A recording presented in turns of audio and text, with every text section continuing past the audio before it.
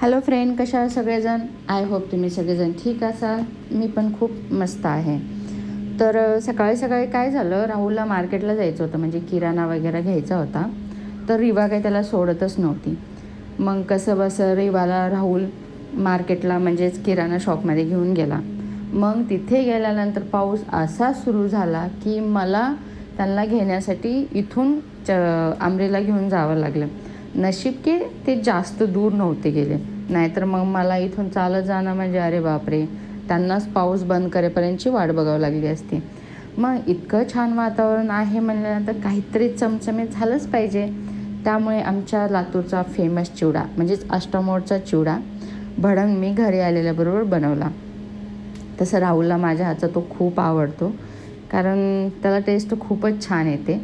ते माझे secret recipe आहे. खूप छान झालेला तो. मी स्वतः खाल्ल्यानंतर खाऊन असे स्वतःची तारीफ स्वतः करत होते, कारण तो खरंच खूप छान झाला होता, एकदम स्पायसी टाईम.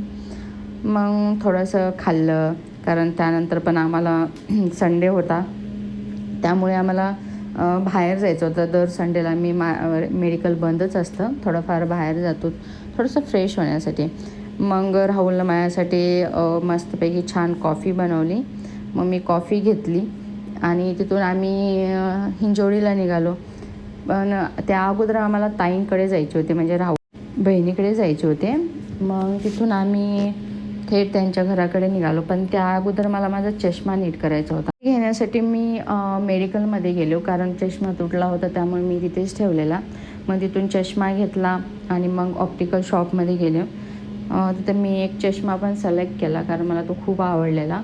पण मला त्या अगोदर चेकअप करायचं होतं, त्यामुळं मी तो काही तसाच पेंडिंगमध्ये ठेवला आणि जो माझ्यापाशी आहे तो त्याला रिपेअर केला. त्यानंतर मग आम्ही राहुलच्या बहिणीकडे गेलो.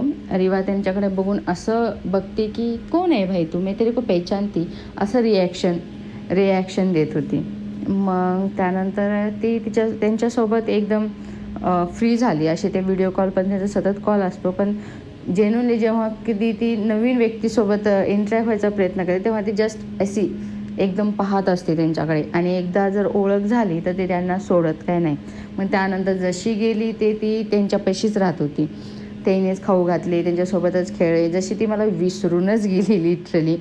मग जाण्याच्या अगोदर आम्ही मस्त एकदम क्लायमेट छान होतं म्हणून आम्ही पाणीपुरी घेतली होती. आणि ॲक्च्युली पाणीपुरी संपली होती, त्यानंतर पाणी आणि खट्टा मिठा जे पाणी असते ते उरलेलं. मग आम्ही काय केलं, मी आणि गुड्डी म्हणजे ताईंची मुलगी, तिचं पाणी एका ताटामध्ये घेतलं आणि त्याच्यामध्ये सगळं चटपटा मिक्स करून टाकलं आणि ते एक पिऊन टाकलं. इतकं छान लागत होतं ना, खूपच. मग काय नंतरचं दुपारच्या जेवणाची तयारी वगैरे सुरू झाली आणि थोडंफार छान केलं होतं जेवायला, त्यामुळं खाऊन घेतलं आणि नंतर घरी वापस आलो. म्हणजे दुसऱ्या दिवशी घरी वापस आलो, कारण माझी तब्येत पण खूप खराब झाली होती.